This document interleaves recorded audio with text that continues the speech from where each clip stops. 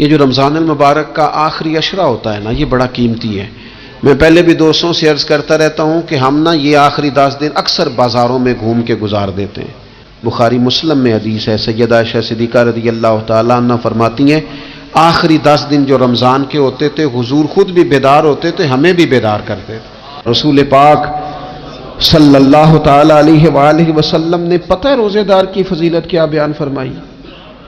اللہ کے محبوب صلی اللہ تعالیٰ علیہ وسلم فرماتے ہیں کہ رب فرماتا ہے ابن آدم کا ہر عمل اس کے لیے ہے، روزہ میرے لیے، اور فرمایا میں خود جزا دوں گا روزے کی، میں خود جزا دوں گا روزے کی۔ اور حضور فرماتے ہیں روزہ ڈھال ہے، جو شخص روزہ دار ہو وہ بےہودگی سے، فحش گوئی سے اجتناب کرے۔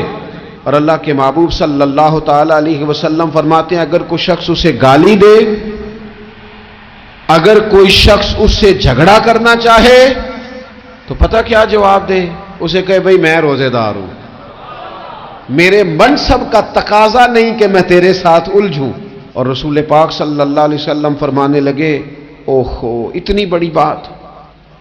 حضور فرمانے لگے، یہ صحیح مسلم کے لفظ ہیں، کریم محبوب فرمانے لگے مجھے اس رب کی عزت کی قسم جس کے قبضے میں محمد عربی صلی اللہ علیہ وسلم کی جان ہے۔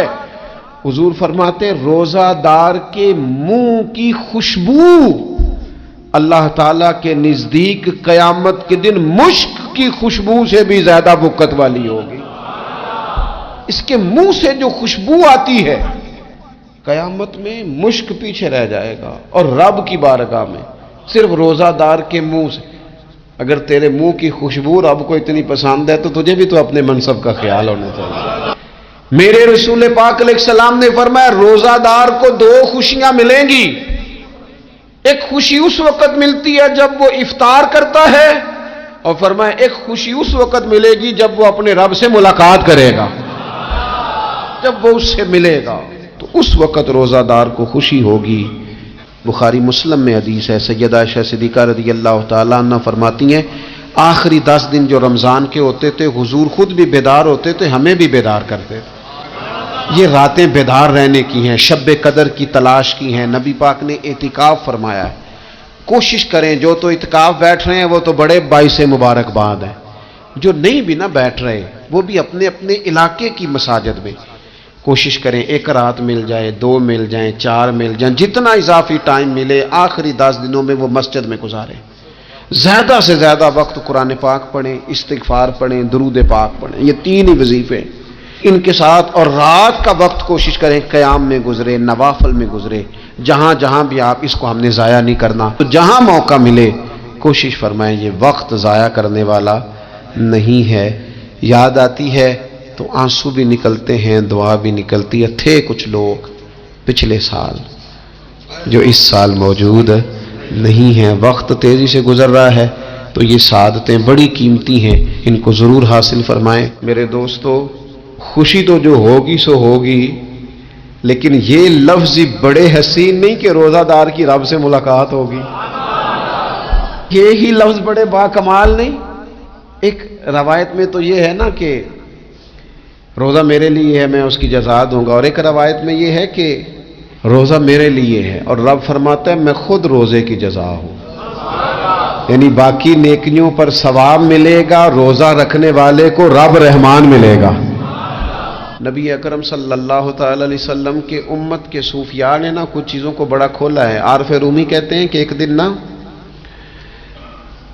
محمود غزنوی نے خزانوں کے دروازے کھول دیے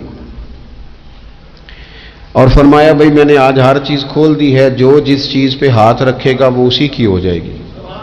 لوگ دوڑے، کوئی سونے کی طرف، کوئی چاندی کی طرف، کوئی جائیدادوں کی طرف، کوئی خزانے کی کنجیوں کی طرف، کوئی بڑے بہترین گھوڑے اور اونٹوں کی طرف، لوگ دوڑ گئے، جو جس پہ ہاتھ رکھے گا اسی کا۔ سب بھاگ گئے، ایاز بیٹھا ہے، نہ وہ حسن میں رہی شوخیاں، نہ وہ عشق میں رہی گرمیاں، نہ وہ غزنوی میں تڑپ رہی، نہ وہ خم ہے زلف ایاز میں، وہ لذتیں کہاں۔ ایاز چپ کر کے بیٹھا ہے۔ پھر محمود نے ایاز کی طرف مخاطب کر کے کہا ایاز اٹھنا نہیں، آج لوٹ سیل لگ گئی ہے، جو جس چیز پہ ہاتھ رکھے گا اسی کی۔ ایاز کہنے لگا بات پکی ہے نا؟ تو محمود خوش تھے، موڈ بڑا اچھا تھا، کہا بالکل پکی ہے۔ تو ایاز کہنے لگے چلو ٹھیک ہے۔ ایاز اٹھے، پیچھے سے جا کے نا تو محمود کے کندھے پہ ہاتھ رکھ دیا، محمود کے کندھے پہ ہاتھ رکھا۔ محمود کہنے لگے یہ کیا بات کا، آپ سے میں نے پوچھا تھا بات پکی ہے، جو جس پہ ہاتھ رکھے گا اسی کا نا۔ تو تھوڑی دیر پہلے مسکراتے چہروں میں آنسو آ گئے، ایاز بھی روئے تو محمود بھی روئے۔ کہا بادشاہ پکا رہنا، وہ جن کو خزانے چاہیے تھے وہ دوڑ گئے، مجھے تو چاہیے۔ لنگ کئی مہینے تے برس گئے تے تیری دید نو دیدے ترس گئے، تیری تو ملے گا۔ تو پھر کہا محمود نے، اس نے کہا میں وعدہ کر چکا تھا، بس ٹھیک ہے، باقیوں کے خزانے اور میں تیرا طے ہو گئی۔ فرمایا باقی نیکیوں پر ثواب ملے گا، اور روزہ رکھنے والے کو رب رحمان ملے گا، اللہ کا قرب ملے گا۔ دیکھو نا، وہ خاص انسان کو کیفیت حاصل ہوتی ہے روزے میں، رب کے ہونے کا یقین۔ وہ جو صوفیاء کہتے ہیں نا مراقبہ کرو، وہ نصیب ہوتا ہے۔ یعنی کسی کو کیا پتا ہے اس کا روزہ ہے کہ نہیں، اکیلا ہے نا گھر میں، فریزر بھرا ہوا ہے، نہیں نہ کھاتا، کیوں؟ اسے پتا ہے میرا رب میرے ساتھ ہے، میرا رب مجھے دیکھ رہا ہے۔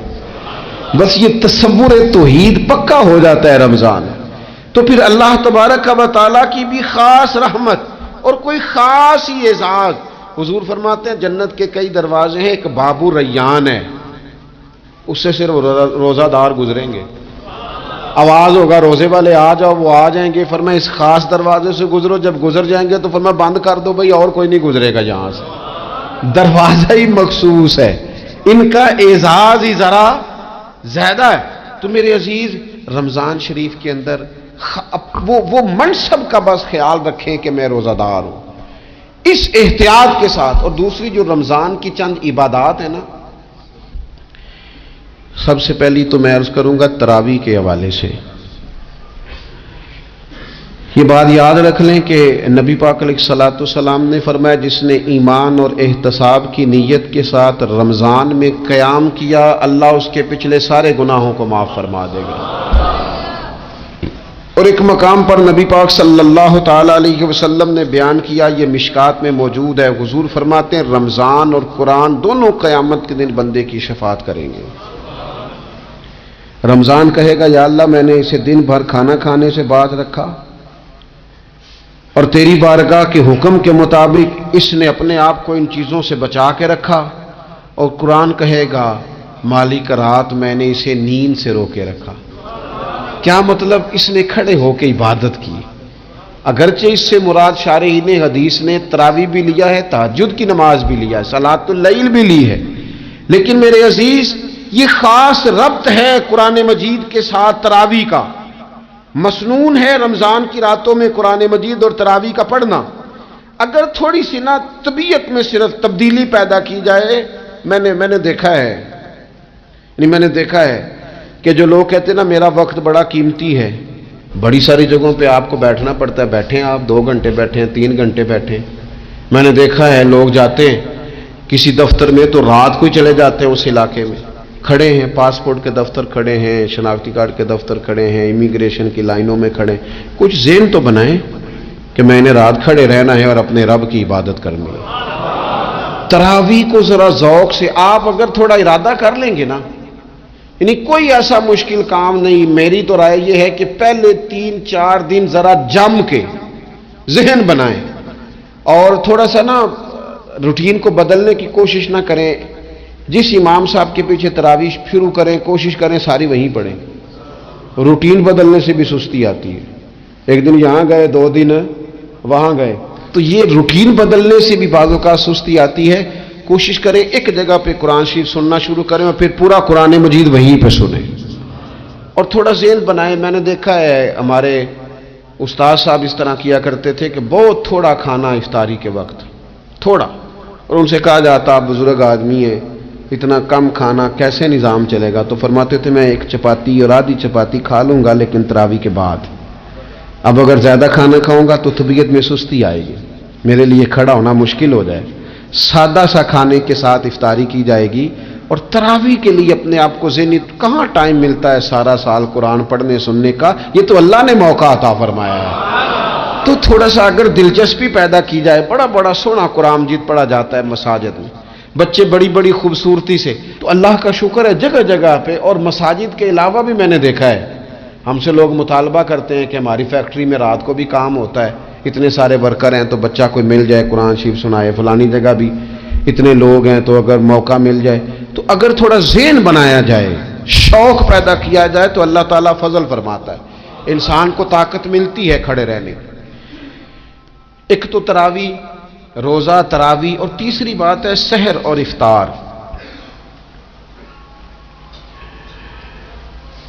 یہ جو سحری اور افطار، یہودی جو تھے نا وہ سحری نہیں کرتے تھے، سحری کا نام و نشان نہیں تھا، روزہ رکھتے سحری نہیں کرتے، تو نبی پاک صلی اللہ تعالی علیہ وسلم نے فرمایا ہمارے اور یہودیوں کے درمیان فرق ہی سحری کا ہے، اور نبی پاک صلی اللہ تعالی علیہ وآلہ وسلم نے فرمایا سحری کھایا کرو، سحری کھانے میں برکت ہے۔ اور اگلی بات سننی ہے آپ نے تو خوش ہو جانا ہے، سحری کو معمولی نہ سمجھے، سحری کرنا عبادت ہے۔ ہاں آپ مت سمجھیں کہ میں روٹی کھا رہا ہوں، یہ تو میرے سامنے دہی رکھا ہوا ہے، یہ تو سالن رکھا ہوا ہے، یہ تو اچار رکھا ہے، تو چپاتیاں رکھی ہیں، سحری کھانا عبادت ہے۔ آپ صبح اٹھے، آپ کی تو روٹین ہی اور تھی، تو 7 بجے کھاتے تھے، 9 بجے کھاتے تھے، یہ جو آپ صبح کھا رہے ہیں اٹھ کے سحری میں، اپنی مرضی سے تھوڑی کھا رہے ہیں، یہ تو کسی کے کہنے سے کھا رہے ہیں، یہ تو کسی کے بٹھائے بیٹھے ہیں۔ یہ جو سحری کا لنگر ہے یہ رب رسول کی رحمت کے ساتھ عطا ہوتا ہے، یہ کرم ہے، یہ اللہ رسول کے بٹھائے بیٹھے۔ کیا میرے رسول پاک صلی اللہ تعالی علیہ وآلہ وسلم نے بات کھولی ہے، ترغیب و ترہیب میں حدیث ہے، اللہ کرے یہ کبھی چسکا لگ جائے، یہ والا مزہ آ جائے، تو پھر تو گھر میں دسترخوان نہیں بچھا ہوا ہوگا، پھر تو رنگ ہی کوئی اور ہوگا۔ حضور فرماتے اللہ تعالی اور اس کے فرشتے سحری کھانے والوں پر رحمتوں کا نزول فرماتے ہیں۔ کھائی روٹی جا رہی ہے، پکا ہوا کھانا ہے، لیکن حضور فرماتے ہیں رب بھی رحمتیں فرما رہا ہے اور اللہ کے حکم سے فرشتے بھی رحمتوں کا نزول کر رہے ہیں۔ ایک رمضان المبارک وہ عزت اور عظمت والا مہینہ ہے جس کا تعارف کسی عام آدمی نے نہیں، رب کریم کے قرآن نے بیان فرمایا ہے اور میرے مصطفیٰ کریم کی زبان اطہر نے بیان فرمایا ہے۔ لیکن آنے سے پہلے بخاری مسلم میں حدیث ہے، حضرت سلمان فارسی رضی اللہ تعالیٰ عنہ کہتے ہیں رمضان شروع ہونے سے پہلے نبی پاک نے ہمیں مسجد میں بلایا اور خطبہ ارشاد فرمایا باقاعدہ، اور ارشاد فرمایا لوگو تم پر ایک مہینہ آنے والا ہے جس میں اللہ اپنے بندوں پر خاص قسم کی رحمتوں کا نزول فرماتا ہے۔